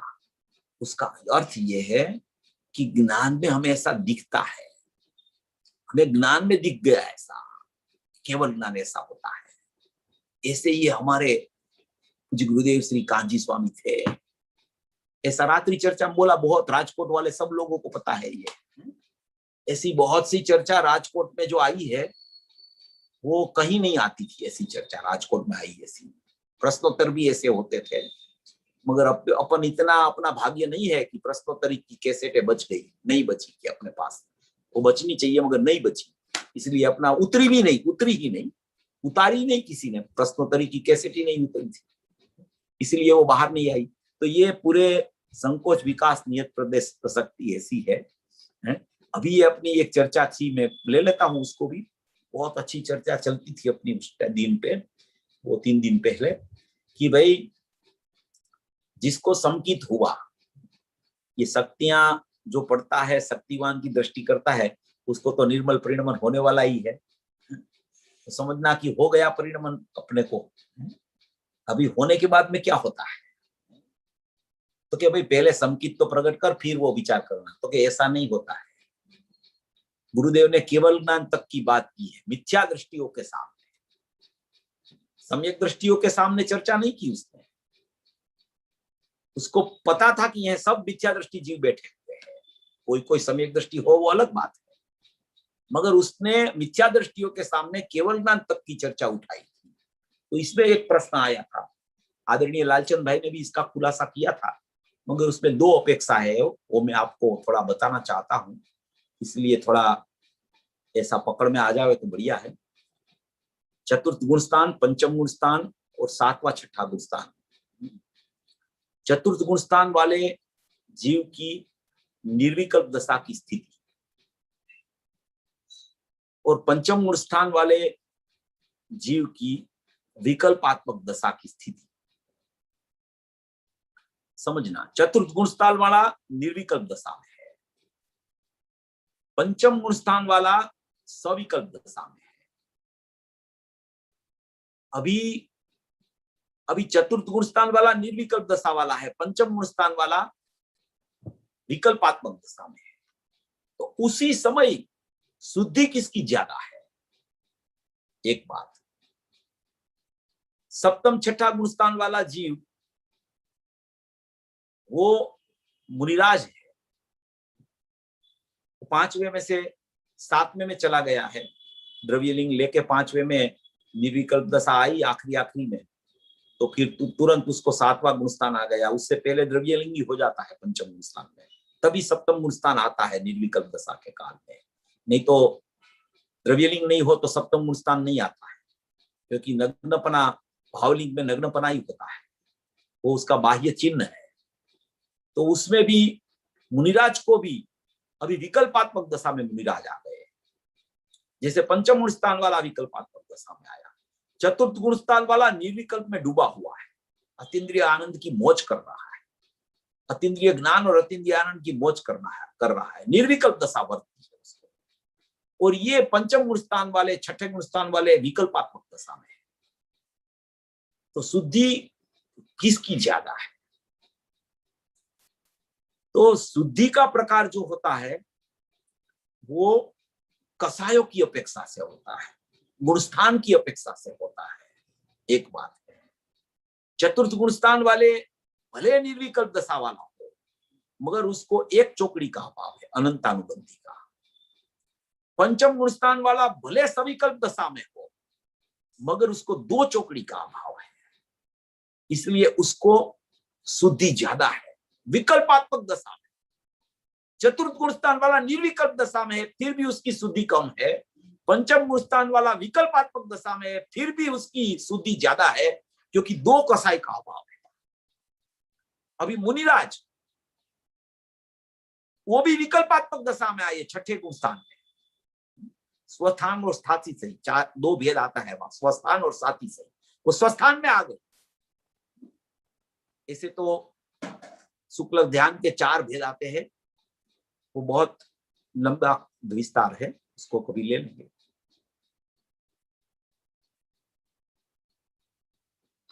तो वो जो बात है कि छठे गुणस्थान वाले मुनिराज भी विकल्पात्मक दशा में है, तो उनको भी 3 कसाय का अभाव होने से शुद्धि उसको ज्यादा रहती है।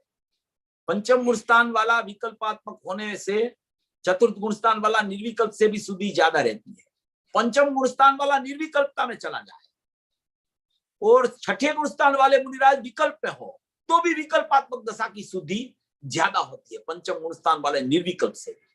अभी ये तो ये शुद्धि की चर्चा गुणस्थान की परिपाटी के अनुसार होती है कि चतुर्थ गुणस्थान वाले को 1 कसाय का अभाव, पंचम गुणस्थान वाले को 2 कसाय का अभाव, सप्तम छठे गुणस्थान वाले को 3 कसाय का अभाव। ये शुद्धि की अपेक्षा से शुद्धि की वृद्धि गुणस्थान अनुसार चलती है, वो अपेक्षा से वो आगे है। और निर्विकल्प दशा वाला चतुर्थ गुणस्थान वाला हो तो भी उसकी शुद्धि से इसकी शुद्धि ज्यादा है। अभी दूसरी बात है, अभी वेदन की अपेक्षा, देखो ये शुद्धि की अपेक्षा हो गई, शुद्धि की अपेक्षा है। अभी वेदन की अपेक्षा, अभी निर्विकल्प दशा वाले का वेदन और सविकल्प दशा वाले की स्थिति, उसमें क्या अंतर है? शुद्धि की बात अलग है, वेदन की चर्चा अलग होती है। समझना थोड़ा, बहुत प्रकरण अच्छा है, बहुत ये विचारणीय प्रकरण है, समझने लायक प्रकरण है। वेदन की क्या स्थिति होती है? वेदन की स्थिति ऐसी होती है कि पहले तो निर्विकल्प वाले के साथ में विकल्प वाले जीव की सरखामणी ही नहीं हो सकती। पहली बात यह है, चाहे कितने भी गुणस्थान वाला हो, मगर वहां राग संबंधी विकल्प चलता है, उसको वो विकल्पात्मक दशा में है। और निर्विकल्प वाला तो माने कि अंदर में अभेद होकर डूब गया है, उसको विकल्प ही नहीं है वहां। भले निर्विकल्प के काल में भी अबुद्धिपूर्वक राग है, मगर लक्ष्य नहीं है वहां, वो निर्विकल्प में डूबा हुआ है। उसको तो निर्विकल्प दशा के काल में तो केवली जैसा बोल दिया, सिद्धो जैसा आनंद आता है उसको निर्विकल्प दशा के काल में। वो निर्विकल्प दशा की चर्चा अलग होती है। निर्विकल्प दशा और निर्विकल्प उपयोग, ये निर्विकल्प उपयोग है और वहां परिणति में निर्विकल्प दशा चलती है। ये निर्विकल्प उपयोग होता है अनुभूति के काल में। वो निर्विकल्प उपयोग में क्या होता है कि वेदन होता है, और निर्विकल्प दशा में क्या होता है कि वेदन से च्युत हुआ है, परिणति चलती है, वहां उपयोग बाहर है। वो निर्विकल्प उपयोग वाले का, सदुपयोग वाले का स्वसंवेदन और विकल्पात्मक दशा वाले का परिणति रूप स्वसंवेदन, उसमें बहुत बड़ा अंतर है। निर्विकल्प दशा वाला केवली जैसा है, मगर ये विकल्पात्मक दशा में जो जीव है उसका कसाई की स्थिति 3 कसाई का अभाव, पंचम गुणस्थान में 2 कसाई का अभाव होने पर भी चतुर्थ गुणस्थान वाला निर्विकल्प है, पंचम गुणस्थान वाला निर्विकल्प है, तो निर्विकल्प में जो वेदन की स्थिति होती है, ऐसी वेदन की स्थिति विकल्पात्मक दशा में नहीं होती। ये कहना है, माने कि वो चतुर्थ गुणस्थान वाला वेदन है इसलिए छठे सातवें गुणस्थान वाले से आगे है, वो बात नहीं है। ऐसा मत समझना, कोई ऐसी समझने की बात नहीं है, ऐसा नहीं समझना। मगर वेदन, निर्विकल्प का वेदन की माने कि तुलना कोई विकल्प वाला जीव से नहीं हो सकती, उसकी तुलना ही नहीं हो सकती निर्विकल्प और विकल्प वाले की, तो तुलना कर ही नहीं सकता कोई इसको, क्योंकि विकल्प वाले की स्थिति अलग होती है, उपयोग ही बाहर है, और निर्विकल्प वाले की स्थिति ही अलग है, उपयोग ही अंदर डूब गया है उसका। इसलिए वो तुलना की बात नहीं है यहाँ। तो तुलना करेंगे तो सप्तम गुणस्थान वाला पीछे हो जाएगा चतुर्थ गुणस्थान वाले निर्विकल्प से, ये बात नहीं है। मगर वेदन की अपेक्षा जो है वो निर्विकल्प दशा वाले का वेदन जो है, क्योंकि उपयोग बाहर नहीं है, शुद्धि की अपेक्षा अलग है, वेदन की अपेक्षा अलग है। निर्विकल्प उपयोग की बात अलग है, निर्विकल्प दशा की बात अलग है। तो ये प्रकरण मुझे कहना था। आदरणीय लालचंद भाई को भी वो जीतू भाई ने प्रश्न पूछा था, उसमें ये शुद्धि की चर्चा आई थी। वेदन का वहां इतना नहीं कहा था भाई ने, मगर भाई तो बहुत उसके प्रवचनों में बोलते हैं कि क्या निर्विकल्प दशा और क्या विकल्पात्मक दशा, किसको निर्विकल्प दशा का वेदन कहे, निर्विकल्प उपयोग का। और माने कि परिणति में तो परिणति वाला तो अभी उपयोग बाहर पड़ा है उसका, मगर निर्विकल्प उपयोग जिसको शुद्ध उपयोग चल रहा है, वो तो कहते हैं ना कि अंदर में सुख रस की तो अंदर में ऐसी गटागटी चलती है, ऐसी माने कि धारा शुद्ध धारा बहती है अंदर में। ऐसा अनंत गुणात्मक एक चैतन्य शक्तिवंत परमात्मा का चैतन्य रस खीर रहा है और वो उसको एकदम वेदन रूप से मौज कर रहा है। ऐसी निर्विकल्प उपयोग की माने कि निर्विकल्प सदुपयोग की स्थिति होती है। ऐसा अपना स्वरूप पूज्य गुरुदेव श्री ने और ज्ञानियों ने बताया है। पूज्य बेन श्री ने भी ये लिया है प्रकरण, उसकी कैसेटों में भी आता है। सब ज्ञानियों एक सरखी ही बात करते रहते हैं, क्योंकि ज्ञानियों की श्रद्धा की प्रतीति में कोई फर्क नहीं होता। सभी ज्ञानियों की एक ही अभिप्राय रहता है। ज्ञान के एक स्वयं में कोई भी ज्ञानी की एक ज्ञानी की दूसरी ज्ञानी के साथ में तुलना नहीं हो सकती। उसमें फर्क रहता है हमेशा। किसी की तारतम्यता कैसी होती है वो स्वयं के अनुसार रहता है, बाकी प्रतीति में कोई फर्क नहीं रहता। इसलिए सभी ज्ञानी एक समान रहते हैं। एक अज्ञानी का अनंत अभिप्राय होता है, अनंत ज्ञानियों का एक अभिप्राय होता है कि मैं शुद्ध आत्मा हूँ, मैं अनंत गुणात्मक एक चैतन्य परमात्मा हूँ, मैं शक्ति संपन्न परमात्मा हूँ। यही रहता है, उसको ही ज्ञानी कहा जाता है। तो ये चर्चा अपनी 11 दिन हुआ, अपना 11 दिन 8 और 3 11 दिन चला। तो ये शक्ति का बहुत अच्छा प्रकरण है, बहुत अच्छी तरह से समझना चाहिए। शक्तियों को शक्तिवान में शक्तियां है ऐसे ही देखना चाहिए, परिणमन से नहीं देखना चाहिए। मगर परिणमन में शक्तियां कैसी है वो पता चलता है। उस अपेक्षा से परिणमन की चर्चा भी बहुत इंपॉर्टेंट है, उसको भी विचार में लेना चाहिए। उसको ही पूरा क्रमवर्ती पर्याय और अक्रमवर्ती गुणों का समुदाय को आत्मा आत्मद्रव्य कहा गया है। ये पूरा अनुभूति का प्रकरण है। अनुभूति में कोई द्रव्य गुण पर्याय पृथक नहीं रहते हैं। इतना यहाँ शक्तियों की व्यक्तियां शुद्ध होती है, ऐसा यहाँ आचार्य भगवान को बताना है। पूज्य गुरुदेव श्री को भी वही स्पष्ट करना है।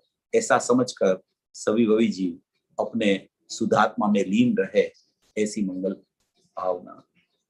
किसी को भी कुछ प्रश्न हो तो 5-10 मिनट में जरूर कर ले, कोई बात नहीं, कर सकते हैं। बोलो बोलो बोलो भाई। हाँ चेतन भाई, તમે ઓલું કીધું આજે કે નિર્વિકલ્પ દશામાં ચોથા ગુણસ્થાન વાળો જીવ હોય અને પાંચમા ગુણસ્થાન વાળો સવિકલ્પ જીવ હોય, તો એની જે શુદ્ધતા છે એ પાંચમા ગુણસ્થાને વધારે છે ચોથા ગુણસ્થાન કરતા, બરાબર? એ તમે કીધું કશાયના અભાવના અનુસાર છે. પછી તમે કીધું કે ચોથા ગુણસ્થાન વાળો નિર્વિકલ્પ જીવ હોય અને પાંચમા ગુણસ્થાન વાળો સવિકલ્પ જીવ હોય, તેમાં વેદનમાં ફરક હોય.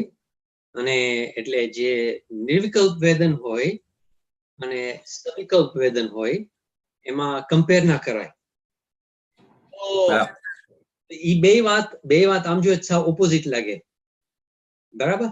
તો હવે ઈ જે શુદ્ધતા છે અને વેદન છે, તો એમાં ફરક શું છે?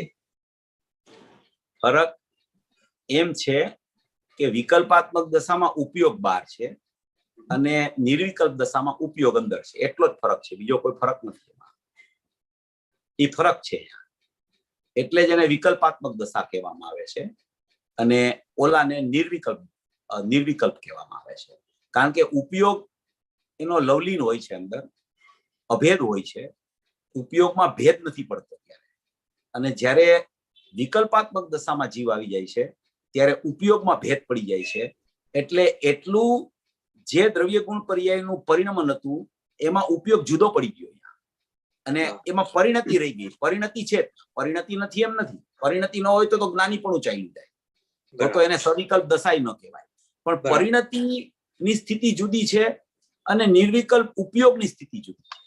નિર્વિકલ્પ ઉપયોગનું કામ એવું છે કે ઉપયોગ જુદો નથી પડ્યો, ત્યાં એકદમ લવલીન છે અને એ સમજો ને કે એ સમય એ કેવડી જેવો છે, કારણ કે ઉપયોગ બહાર નથી. જ્યારે વિકલ્પાત્મક દશાવાળાનો ઉપયોગ બહાર રહ્યો છે, એટલે એ આખી વિકલ્પાત્મક દશાની સરખામણી અને નિર્વિકલ્પ વાળાની સરખામણી એ ખરેખર એમાં એ ભેદ પડી જાય છે, કારણ કે વિકલ્પાત્મક દશાવાળાનો ઉપયોગ બહાર છે અને નિર્વિકલ્પ દશાવાળો છે એનો ઉપયોગ અંદર કામ કરે છે. એટલો ફરક છે. બાકી ગુણસ્થાનની પરિપાટીથી કે દશાની પરિપાટીથી મેં એ જ કીધું કે એમનો વિચાર કરાય કે નિર્વિકલ્પ દશાવાળો ચતુર્થ ગુણસ્થાન વાળો આગળ છે અને પંચમ ગુણસ્થાન વાળો વિકલ્પમાં છે એટલે પાછળ છે, એમ કહેવાનો આશય નથી અહીંયા. પણ અહીંયા આ વિષય એને આ રીતે સમજવો જોઈએ કે ભાઈ નિર્વિકલ્પ દશાની કેટલી કિંમત છે, સદુપયોગની કેટલી કિંમત છે. જો ઉપયોગ બહાર જાય તો શું છે, સુગાનીજીએ શું કીધું કે ઉપયોગ બહાર જાય છે અમને ભઠ્ઠી જેવું લાગે છે. બરાબર, અમને ભઠ્ઠી જેવું લાગે છે ઉપયોગ બહાર જાય છે. ઓલા દીપચંદજી શેઠિયાએ કીધું કે જ્ઞાનીને કોઈ દિવસ ભઠ્ઠી જેવું લાગે જ નહીં, કે જ્ઞાનીને કે ઉપયોગ બહાર જાય એમાં શું હોય, તો કે ના એમ નથી.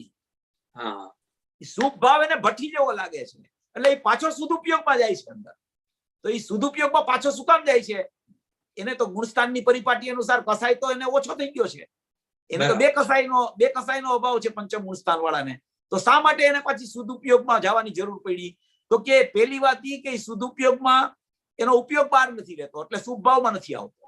બીજી વાત એ કે એ સદુપયોગમાં જાય છે તો એમાં એને ગુણસ્થાન પાછું પલટાય છે સદુપયોગમાં જ. નિર્વિકલ્પ દશા સદુપયોગની આવે ત્યારે 5માંથી 7માં જાય છે એટલે એને સદુપયોગની કિંમત છે. એટલે એવા ઘણા ન્યાયોથી આ વસ્તુ એવી રીતે આપણે સમજવાની છે. આ સમજણનું કામ છે.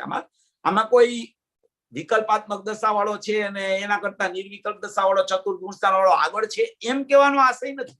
એ તો નિર્વિકલ્પ ઉપયોગની સ્થિતિ આખી જુદી પ્રકારની છે અને ઉપયોગ જે બહાર જાય છે એ સ્થિતિમાં ફરક છે, કારણ કે એટલું આત્મા જુદો પડી ગયો, એટલું એનું પરિણામ જુદું પડી ગયું ને, ઉપયોગ જુદો પડી ગયો છે. માં તો અંદર અભિન્ન છે નિર્વિકલ્પ દશામાં, અભેદ છે. ઉપયોગની એકાગ્રતાની અપેક્ષાએ વાત કરો છો ને? હા, ઉપયોગની એકાગ્રતા, બરાબર છે. સદુપયોગ. બરાબર. ઓકે, ઓકે, થેન્ક યુ ચેતનભાઈ. એના જ અનુસંધાનમાં અતિન્દ્રિય આનંદનો જે અનુભવ છે, સુખનો ને આનંદનો ને અનાકુળતાનો જે અનુભવ છે એ નિર્વિકલ્પ અવસ્થામાં વધારે છે સવિકલ્પ પંચમ ગુણ સ્થાન કરતા, એમ આપણે કહી શકીએ ને? આ ઉપયોગ અભેદ છે એ અપેક્ષાએ કહી શકાય.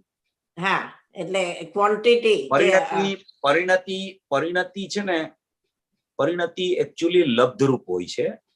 હા, અને જ્યારે લબ્ધરૂપ પરિણતિ ચાલતી હોય, એ લબ્ધરૂપ છે એટલે કઈ નથી એવું નથી, લબ્ધરૂપ પરિણતિ પણ છે. પણ જ્યારે સદુપયોગ જ્યારે અંદર જામે છે ત્યારે જે દશામાં જે આનંદની એને ઉછાળા આવે છે એ પરિણતિમાં નથી હોતા. એ નિર્વિકલ્પ ઉપયોગની આખું વાત જ અલગ ટાઈપની છે. એટલે જ નિર્વિકલ્પ ઉપયોગ વાળાની ને સવિકલ્પ વાળાની સરખામણી એટલે ન કરી શકાય આપણે. બરાબર. એટલે એ આખો એનો ઉપયોગ જ આખો અંદર અંતર્મુખાકાર થઈ ગયો છે, એકદમ અભેદરૂપ પરિણમે છે એનો ઉપયોગ. તો એ ઉપયોગ એવો અભેદરૂપ ચોટી ગયો છે અંદર કે ભાઈ ઉખડતો જ નથી. ત્યાં લબ્ધ ને ઉપયોગ એવા બે ભેદ જ નથી પડતા. વિકલ્પાત્મક દશામાં તો લબ્ધિ અને ઉપયોગ એવા બે ભેદ પડી જાય છે, જ્યારે એમાં તો એકલો અભેદ સદુપયોગ કામ કરતો હોય છે. એટલે એની સદુપયોગની આખી સ્થિતિ જુદી છે. સદુપયોગની સ્થિતિ એવી છે કે સદુપયોગમાં થોડી વાર ટકી જાય તો કેવળ જ્ઞાન આવી જાય.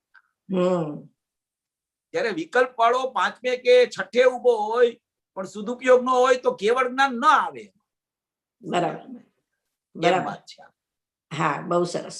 ચેતનભાઈ, આ એક શક્તિઓ માટેનું સંકલન પણ થયેલું છે ને? કોઈ બ્રહ્મચારી હરિભાઈએ કે કોઈ કે શક્તિઓનો આત્મ પ્રસિદ્ધિ અને આત્મ વૈભવ 2 પુસ્તક છે, નેટ ઉપર છે, મળી જશે. હા, બહુ સરસ. જય જીનેન્દ્ર ચેતનભાઈ. હા, જય જીનેન્દ્ર. ઓકે, આપણે જયારે ક્રમબદ્ધ પર્યાયની વાત કરતા હતા ત્યારે ગુરુદેવશ્રીના પ્રવચનમાંથી જ એક જણે એમને પૂછ્યું હતું કે એમાં પુરુષાર્થ ક્યાં આવ્યો, તો ગુરુદેવશ્રીએ એમ ઉત્તર આપ્યો કે એ પુરુષાર્થ કયો ને ક્રમબદ્ધ પર્યાયનો આવો નિર્ણય કરે છે, તો પર્યાયથી પર્યાયમાં નિર્ણય નથી થતો, એ પર્યાય દ્રવ્યની સન્મુખ થાય છે ત્યારે પુરુષાર્થ પૂર્વક ક્રમબદ્ધનો નિર્ણય થાય છે. તો એમાં પર્યાયથી પર્યાયમાં નિર્ણય નથી થતું, એનાથી શું કહેવાનું ભાવ હતું ગુરુદેવશ્રીનું? કે પર્યાયના લક્ષ્ય પર્યાયનો નિર્ણય ન થાય એમ કહેવાનો આશય છે. પર્યાયથી પર્યાયમાં નિર્ણય નથી થતો એટલે કે પર્યાયના લક્ષ્ય પર્યાયનો નિર્ણય સાચો ન થાય, પર્યાયનો નિર્ણય પણ દ્રવ્યના લક્ષ્ય સાચો થાય, અને ત્યારે જ ક્રમબદ્ધ પર્યાય એને અકર્તા સ્વભાવ ઉપર દ્રષ્ટિ જાય અને અકર્તા સ્વભાવનો ખ્યાલ આવે ત્યારે જ એને ક્રમબદ્ધ પર્યાયને ખરેખર સાચી રીતે ક્રમબદ્ધ જાણ્યું કહેવાય. કારણ કે ત્યારે એ પર્યાયની સન્મુખતા છોડી દે, પર્યાયને જોવાનું બંધ કરી દે. એનું નામ જ પર્યાયની ક્રમબદ્ધતા છે. પર્યાયને જોતા પર્યાયની ક્રમબદ્ધતા ખ્યાલમાં નથી આવતી, દ્રવ્યને જોવે ત્યારે જ પર્યાયની ક્રમબદ્ધતા ખરેખર સિદ્ધ થાય છે. એમ ત્યાં ગુરુદેવનો કહેવાનો આશય છે. અને ત્યાર તમે પ્રશ્ન પૂછતા હતા ને, ત્યાર પછીના પ્રવચનમાં ગુરુદેવે આની સ્પષ્ટતા બહુ કરી. હમણાં 2 દિવસ એ તમે સાંભળ્યું હશે, એમાં આનો ખુલાસો ઘણો આવી ગયો છે. ગુરુદેવે ક્રમબદ્ધ પર્યાય પરમ દિવસે પણ લીધી હતી, એમાં પણ ઘણો ખુલાસો ગુરુદેવે ક્રમબદ્ધનો કરેલો છે. ફરીથી પ્રવચન સાંભળી લેજો, ખ્યાલ આવી જશે. 9 નંબરનું પ્રવચન છે, એમાં ખુલાસો ઘણો છે. તો પછી અહીંયા પુરુષાર્થનો મતલબ દ્રવ્ય દ્રષ્ટિ થઈ કે જે દ્રવ્ય ઉપર જે જોવા જે છે? પુરુષાર્થનો મતલબ એવો છે કે પુરુષાર્થથી પહેલા તો પર્યાય ક્રમબદ્ધ છે એમ નિર્ણય કરે છે, અને એ પર્યાય ક્રમબદ્ધ છે એટલે પર્યાર્થિક ચક્ષુને બંધ કરીને દ્રવ્યાર્થિક ચક્ષુ ખોલીને દ્રવ્યને જોવે છે, ત્યારે ખરેખર એનો પુરુષાર્થ ઉઘડો કહેવામાં આવે છે. પહેલા નિર્ણયમાં પુરુષાર્થ હોય છે, પછી અનુભૂતિનો પુરુષાર્થ ચાલુ થાય છે. એવી રીતે એનો ક્રમ પડે છે. એવી રીતે. બરાબર, થેન્ક યુ. જય જિનેન્દ્ર ચેતનભાઈ. અને સંભળાય છે? હા, એક અમારી ક્વેશ્ચન હતો કે ઉત્પાદ વય દ્રવ્ય શક્તિ અને પરિણામ શક્તિમાં એમાં એક સમયમાં બધું થાય છે ને એકમાં એક સમય પછી થાય છે, તો બેમાં એપ્લિકેશન કેવી રીતે કરવાનું? આપણે એપ્લિકેશન કેવી રીતે થાય છે? બધું એક સમયમાં જ. એમાં એમ ફેર નથી કે ભાઈ ઉત્પાદ વ્યય ધ્રુવત્વ શક્તિ છે એટલે એમ કે એમાં 2 સમય લેવાના, ને પરિણામ શક્તિમાં દ્રવ્ય વ્યય ઉત્પાદ છે એટલે એમાં 1 સમય લેવાનો. એમ એનો અર્થ નથી. ઉત્પાદ વ્યય ધ્રુવ્યોત્તમ સતનું પરિણમન તો બધું એક સરખું જ ચાલતું હોય, પણ જ્યારે કોઈ શક્તિને વિસ્તારથી વર્ણન કરવાનો જ્યારે આચાર્ય ભગવાન વિચાર કરતા હોય ત્યારે ઉત્પાદ વ્યય ધ્રુવત્વ શક્તિ બતાવે તો એને ઉત્પાદ થયો હોય એનો વ્યય બીજી પર્યાયમાં થાય. કારણ કે જે સમયે ઉત્પાદ થાય ત્યારે એ પર્યાયનો વ્યય ન હોય કોઈ દિવસ, એટલે ત્યાં એટલી એક પર્યાય એક સમય ટકીને બીજે સમયે વ્યય પામે છે. હવે જ્યારે દ્રવ્ય વ્યય ઉત્પાદની ચર્ચા છે, એમાં જે પર્યાય ઉત્પાદ પામી છે એ વ્યય પૂર્વક ઉત્પાદ પામી છે. એટલે જે સમયે વ્યય છે તે જ સમયે ઉત્પાદ છે, અને ઓલામાં જે સમયે ઉત્પાદ છે એના બીજા સમયે વ્યય છે. એ અપેક્ષાએ એ શક્તિઓ જુદી પડે છે. કારણ કે ઉત્પાદ વ્યયનું પરિણામ એવું છે કે કોઈ પણ સમયે જીવ પર્યાયમાં ઉત્પાદ થાય તો એક સમયમાં ઉત્પાદ વ્યય ધ્રુવ્યોત્તમ તમે સિદ્ધ કરો ત્યારે ધ્રુવ તો કાયમી સત્તા છે, અને વ્યયની સત્તા જ્યારે એ પર્યાયના પરિણમનમાં વ્યય થયો હોય ત્યારે એ જ સમયે નવો ઉત્પાદ હોય તો જ એને ખરેખર એ વ્યયપૂર્વકનો ઉત્પાદ કહેવાય. કારણ કે જે સમયે ઉત્પાદ હોય એ સમયે કોઈ વ્યય તો હોવો જોઈએ, તો જ ઉત્પાદ વ્યય ધ્રુવ્યોત્તમ સત સિદ્ધ એક સમયમાં થાય. તો એમાં શું બતાવવું? તો કે પૂર્વ પર્યાયના વ્યયપૂર્વક વર્તમાન પર્યાય ઉત્પાદ કાયમી છે એટલે એને ઉત્પાદ વ્યય અને ધ્રુવ કાયમ વ્યય છે એટલે ઉત્પાદ વ્યય ધ્રુવ્યોત્તમ સત કહેવામાં આવે. હવે જે પર્યાય ઉત્પાદ થઈ એ પર્યાયનો વ્યય ક્યારે થાય? તો કે એનો બીજે સમયે વ્યય થાય છે.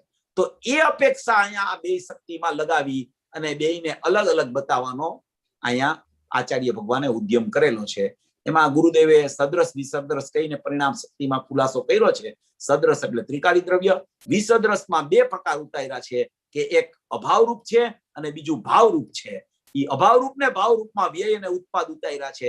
ભાવરૂપ છે એ ઉત્પાદરૂપ છે, અભાવરૂપ છે એ વ્યયરૂપ છે, અને કાયમી અસ્તિત્વ છે એ સદૃશ રૂપ છે. એવી રીતે દ્રવ્ય વ્યય અને ઉત્પાદ એમાં સિદ્ધ કર્યા છે. એ રીતે એને વિચાર કરવો.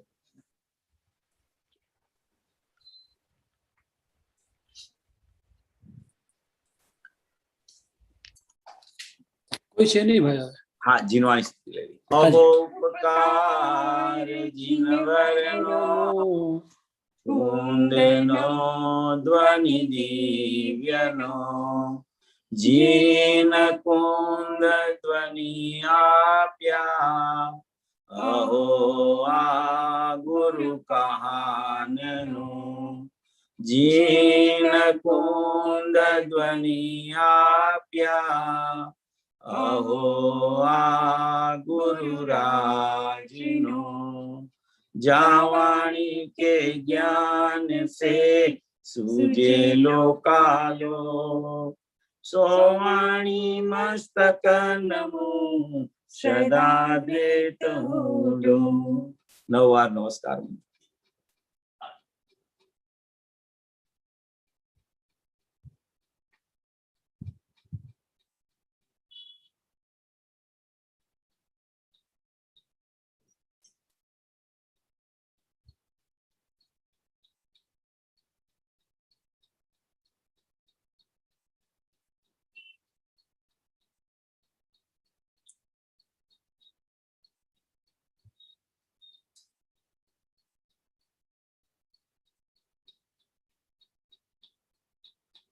बोलो मंगलमय जिनवाणी मातनो जय हो। परम कृपाळु अनंत अनंत अनंत उपकारी श्री सद्गुरुदेवनो जय हो।